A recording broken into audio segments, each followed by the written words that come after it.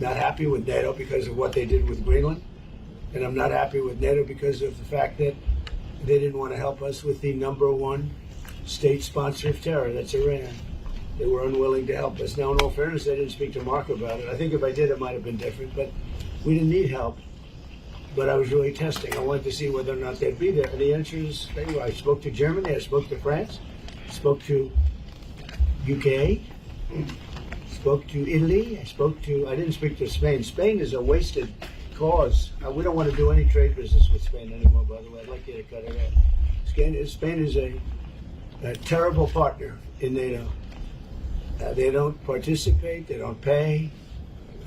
I don't want anything to do with Spain. Cut off all trade with Spain, please, including visits. Okay, we don't want anything to do. Watch them come running back. Oh, they'll come running back. They treat this man terribly, and this man's a good man too, great man. They're lucky they have him. But Spain doesn't agree to anything, and you shouldn't carry him. I mean, you sort of automatically carry because you're protecting an area, so they're there. So they probably figured they have to protect us, right? But we don't have to. We don't have to trade with them. I don't want to do any more trade with them. All right? Sure. Take it immediately. Don't even talk to them. They're hopeless. Bad people because, they have everybody else going and paying and working.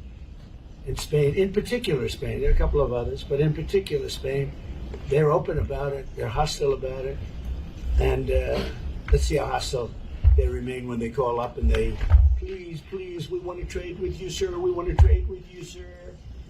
They make so much money with us, and we're going to see that they make a lot less. I want no business with them. Well, hey, listen, we know that there is disappointment on the American side when it comes to Iran. It has to do with isolated cases.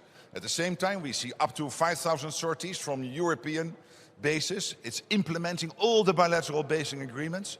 It is, again, Europe as one big platform of power projection for the United States. That's happening. And when it comes to the money and the spending, Europe now equalizing with the United States. It is this president who encouraged us to do this very forcefully. Of course, there is also the Russian threat, which forces us to do this on the European side of NATO.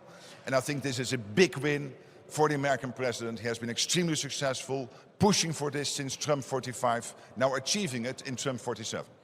What is your reaction on the recent US attacks on Iran, and why don't you fear that this will overshadow this summit? Well, I think it was absolutely necessary, because when you have a ceasefire, and Iran is basically violating the ceasefire, we see what happened yesterday with ships being attacked, I think it is totally crucial that the US forcefully reacts.